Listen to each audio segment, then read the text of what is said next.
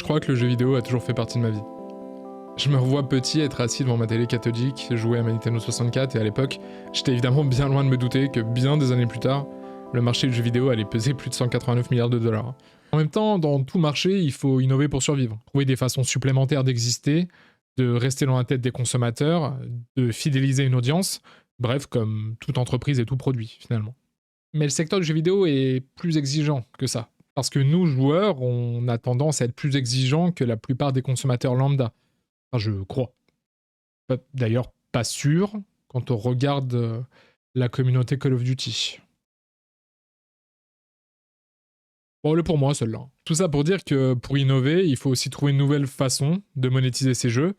Et c'est là où un nouveau business model est apparu ces 10 dernières années environ. Peut-être que vous voyez déjà de quoi je veux parler. Le Game as a Service. C'est un type de jeu généralement gratuit, qui va continuer de vivre dans le temps, avec plein de mises à jour, généralement gratuites elles aussi, et dont le modèle économique repose sur des microtransactions et des abonnements. J'y reviendrai. Fortnite est l'exemple le plus populaire. C'est sorti le 21 juillet 2017, c'est vite devenu bien plus qu'un simple jeu vidéo, c'est un véritable écosystème où n'importe qui peut apporter sa contribution. C'est notamment ce qu'on appelle un jeu bac à sable, un jeu sandbox en anglais. Si jamais vous n'avez pas le TOEIC, voilà, je vous le donne juste comme ça.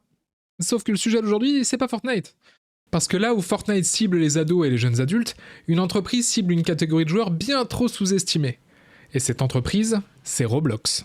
Pour vous la faire courte, Roblox, c'est 151 millions de joueurs quotidiens, passant en moyenne 2,4 heures par jour en fin 2025. Mais surtout, la moyenne d'âge sur Roblox, elle est super basse, car plus de la moitié de la population de Roblox a moins de 17 ans. Mais surtout, 39% auraient en dessous de 13 ans en 2024. Je suppose que vous commencez à avoir arrivé la douille. Donc vous vous posez peut-être la question de pourquoi finalement les enfants jouent plus à Roblox qu'à d'autres jeux. La réponse elle est relativement simple. C'est coloré, c'est simple d'utilisation, c'est jouable partout, évidemment c'est gratuit, mais surtout ça joue sur téléphone, ce qui reste le support le plus adapté finalement à un enfant pour jouer à un jeu, et le plus accessible aujourd'hui. Vous allez me dire Fortnite c'est aussi un jeu mobile. Oui bien sûr, vous avez raison. Et oui bien sûr, je vous parle comme si vous me parliez alors que pas du tout. Mais Fortnite, c'est bien plus complexe pour un enfant en bas âge que Roblox, et c'est là où ils sont très forts. Leur interface, elle est très simpliste, très facile d'accès, trop facile d'accès sans doute. Parmi ces expériences, il y en a une qui a particulièrement attiré mon attention. Et ce jeu-là, cette expérience, c'est Still a Brainrot. Alors, j'ai conscience que cette vidéo, c'est un peu sujet poupée russe en sujet poupée russe, mais il faut que je vous explique d'où vient la trend qui a donné naissance à Still a Brainrot, la trend de l'Italian Brainrot. Pour vous la faire simple, Still a Brainrot, c'est de la génération de visuels par intelligence artificielle dans des formats de vidéos courtes, avec par-dessus une voix elle aussi générée par intelligence artificielle, qui vient mimer l'italien et y insérer de vrais mots italiens, qui veulent dire quelque chose. Le tout pour raconter une histoire qui n'a pas vraiment de sens, dans un univers global avec plus de 200 personnages, qui là aussi n'ont pas vraiment de sens. Globalement, c'est pas si différent de ce qu'avait fait Skibidi Toilet en 2023, donc le gars dans un chiotte, vous vous rappelez. Et c'est pas si différent des mêmes absurdes sur 9gag à l'époque. C'est une traîne d'internet quoi. La différence de la traîne Italian Brainrot par rapport aux autres, c'est déjà sa racine. Sa racine, c'est ces deux personnages qui sont apparus et qui dans leur discours n'étaient pas des phrases qui n'avaient pas de sens ou juste un lore qui est complètement absurde, mais c'était une voix, encore une fois générée par intelligence artificielle, qui véhiculait des idées pro-génocidaires et blasphématoires. Aujourd'hui, la tendance est totalement émancipée de cette racine-là, évidemment, et n'est pas du tout problématique en tant que telle, si ce n'est qu'elle abrutit le cerveau, mais c'est tout l'intérêt en fait de cette tendance. C'est toujours intéressant de savoir d'où viennent les choses. Maintenant que vous savez ce que c'est bon, on peut passer à autre chose. Vous avez vu un requin avec des Nike. On pourrait juste se dire que c'est une énième traîne chelou d'internet, ça vise les plus jeunes parce que c'est facile à consommer, c'est visuellement attirant, et voilà, c'est générationnel quoi. Sauf qu'en fait, la deuxième différence de cette tendance par rapport à plein d'autres, c'est la quantité incroyable de pognon qui se fait sur cette licence-là. Tant au niveau du contenu qui existe sur Internet, qui est majoritairement produit par des adultes, on y reviendra, c'est quand même le cœur du problème, mais aussi par une plateforme en particulier dont je vous ai parlé, Roblox, avec son jeu, encore une fois, son expérience, Still a Brainrot. Petit preview de ce qu'est Still a Brainrot.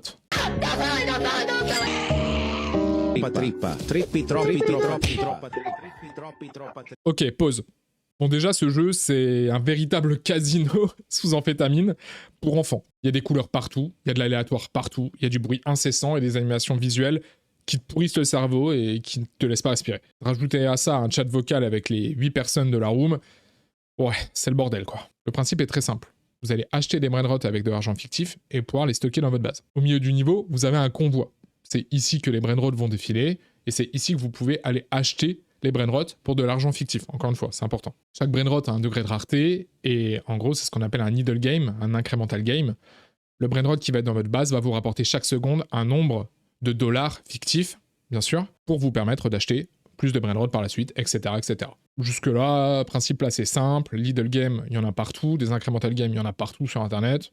C'est pas choquant, le principe est logique. La différence ici, et qui rend le jeu assez intéressant, et qui permet aussi toute cette création de contenu, c'est que tout ce que vous allez acheter peut être volé par d'autres joueurs. Donc d'autres joueurs peuvent rentrer dans votre base et voler votre brainrot, et le rapporter dans sa propre base. Donc pour éviter de vous faire voler, vous pouvez bloquer l'accès à votre base, toutes les X secondes, mais ce qui nécessite que vous soyez constamment là et constamment en train d'essayer de bloquer votre base. Vous pouvez la défendre avec des items, des gadgets, c'est possible aussi, mais ça nécessite du coup de les acheter aussi. Et c'est tout. Les sommes s'accumulent encore et encore, la dopamine inonde votre cerveau encore et encore, et avec toutes les stimulations qu'il peut y avoir, vous passez des heures et des heures sur le jeu. Moi-même, j'ai passé des heures sans même m'en rendre compte. Donc vous allez dire, ok, bon, bah, c'est de l'argent fictif, c'est un jeu incrémental, il y en a plein sur Internet, on va pas forcément diaboliser le délire. Vous pouvez voler ceux des autres, mais bon, il n'y a pas de mal de fait, c'est gratuit, quoi. Bah, vous doutez bien qu'il y a un gros problème, et on va parler de l'éléphant dans la pièce, les microtransactions. Mais de trucs que tu peux payer avec du vrai argent! Pardon. Chaque action de ce jeu peut être effectuée ou modifiée avec des microtransactions avec de l'argent réel. Enfin, pas vraiment de l'argent réel, des Robux. Le Robux, c'est l'argent fictif, ou plutôt la modélisation fictive de l'argent réel de Roblox. C'est comme les V-Bucks sur Fortnite, c'est comme les Pokécoins sur Pokémon Go. C'est une façade parfaite pour essayer de faire oublier combien peut valoir cette monnaie fictive, ou virtuelle plutôt, en argent réel.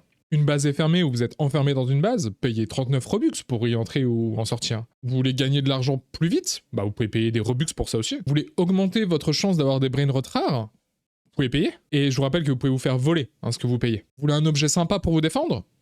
Payez. Vous voulez frimer à la cour de récré?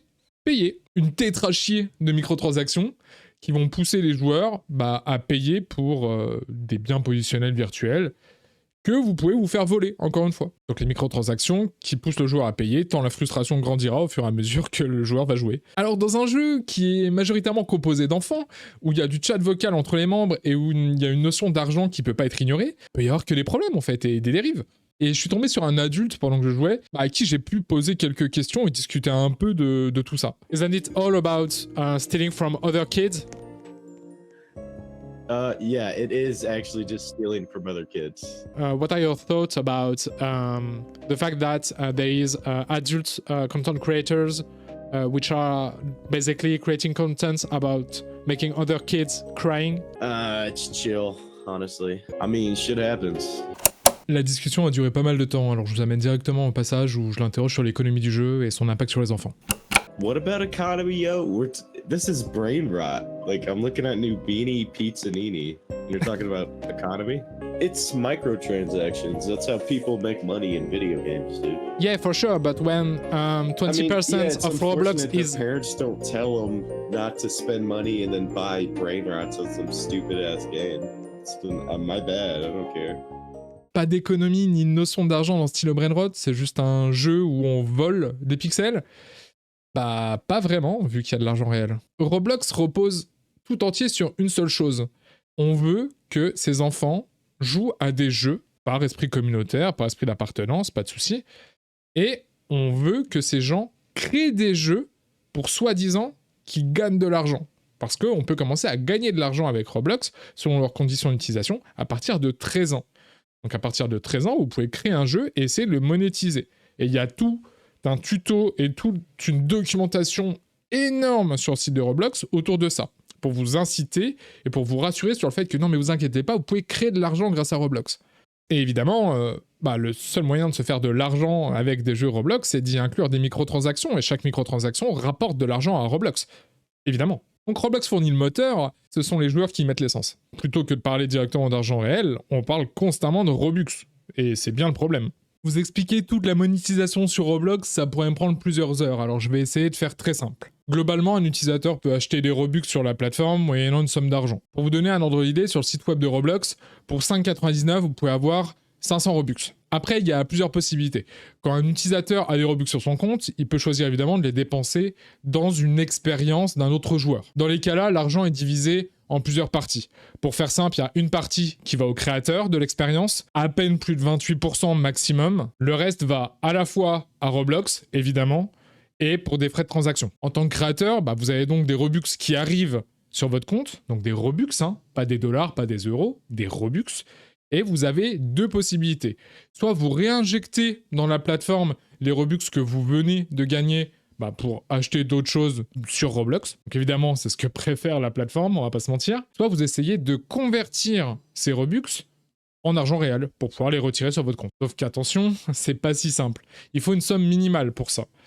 Et la somme minimale, elle est pas tendre. Elle est de 30 000 Robux. Donc on est donc sur plusieurs centaines de dollars à accumuler en Robux, gagnés, pas acheter. Vous pouvez pas acheter 15 000 Robux par exemple pour combler 15 000 Robux qui vous manquent pour retirer l'argent. C'est uniquement des Robux gagnés grâce à la vente. Autant vous dire qu'il y a une proba non négligeable que le peu d'argent que vous arrivez à gagner grâce à vos créations soit réinjecté dans la plateforme parce que vous préférez acheter d'autres choses sur le jeu plutôt que d'attendre des mois d'avoir 200-300 € en Robux pour les retirer. Je rappelle qu'il y a quand même plusieurs dizaines de millions d'expériences dans le jeu et que la probabilité que ça soit vous qui émerge du jour au lendemain, elle est quasiment nulle. Comme sur toute plateforme où le contenu est saturé d'ailleurs. Si on prend l'exemple de Steel Brainrot, c'est carrément une anomalie. Alors ça se bat entre deux expériences, globalement. Là par exemple, on voit le nombre de joueurs en simultané.